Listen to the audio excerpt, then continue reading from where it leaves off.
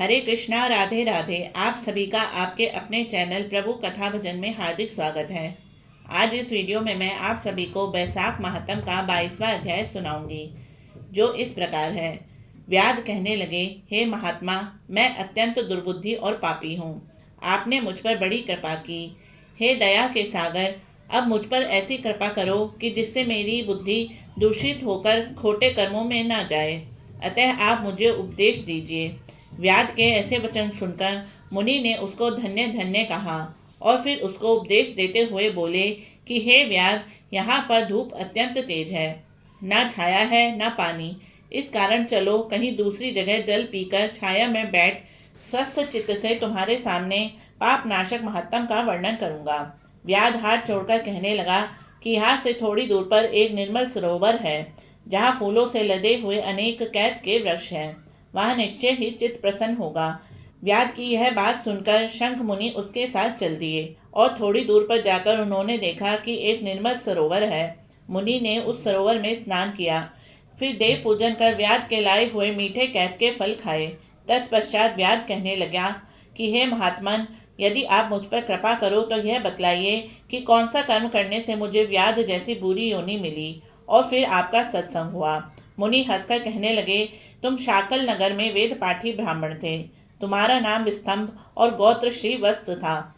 एक वैश्या से तुम्हारा प्रेम था। उसी की संगति दोष से तुमने नित्य कर्मों को त्याग दिया और शूद्र के समान रहने लगे। इस प्रकार तुमने आचरणहीन होकर धर्म का त्याग किया। परंतु तुम्हारी स्त्री जो अत्यंत रूपवती थी, तुम्हारी और वैश्या की सेवा किया करती थी। तुम दोनों पलंग पर सोते थे और वह नीचे सोती थी।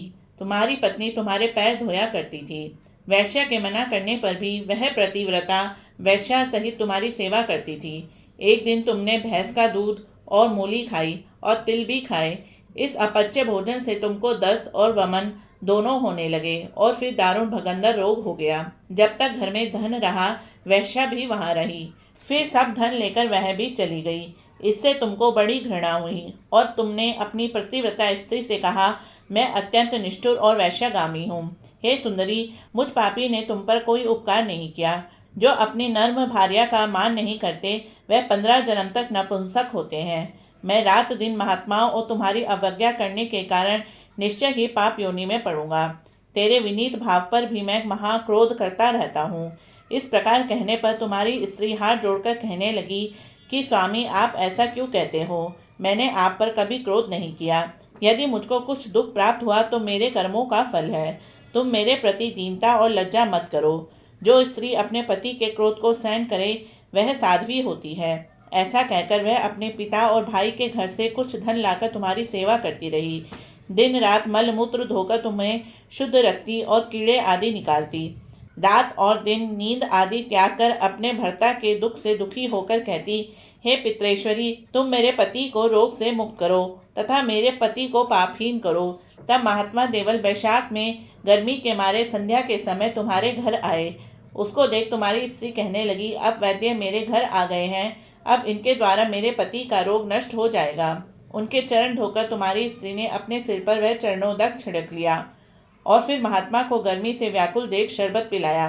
दूसरे दिन प्रातः वह महात्मा चले गए। उधर तुमको सन्निपात हो गया और जब तुम्हारी स्त्री ने तुमको त्रिकुटा पिलाया तो तुमने उसकी उंगली को काट लिया। तभी तेरे दांत भिज गए और उसकी उंगली तेरे मुख में रह गई। ठीक इसी अमावस्या में तुम्हारी मृत्यु हो गई और उसी वैश्या के ध्यान में तुम्हारे प्राण निकल गए। तब तुम्हारी चिता के साथ ही तुम्हारी पत्नी भी सती हो गई। इस प्रकार सती होने और बैशाख में शरबत पिलाने व चरणोदक सिर पर छिड़कने से वह सदगति को प्राप्त हो गई।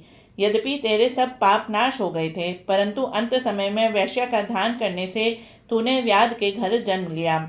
इसी कारण तू सदा हिंसा में लगा रहता है और तेरा चित्त उद्वेग में रहता है।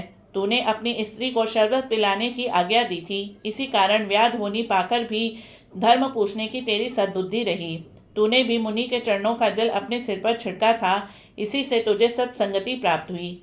तुमने अपने पूर्व जन्म में जो कर्म किए थे वे सब मैंने तुमको बता दिए। तेरे ये सब पाप पुण्य मैंने दिव्य दृष्टि से देखे हैं। अब तुम्हारी कोई और गुप्त बात पूछने की इच्छा है तो वह भी पूछ लो। तेरा चित्त शुद्ध हो जाएगा और तेरा कल्याण होगा। इति श्री बैशाख महात्म 22वां अध्याय समाप्तम।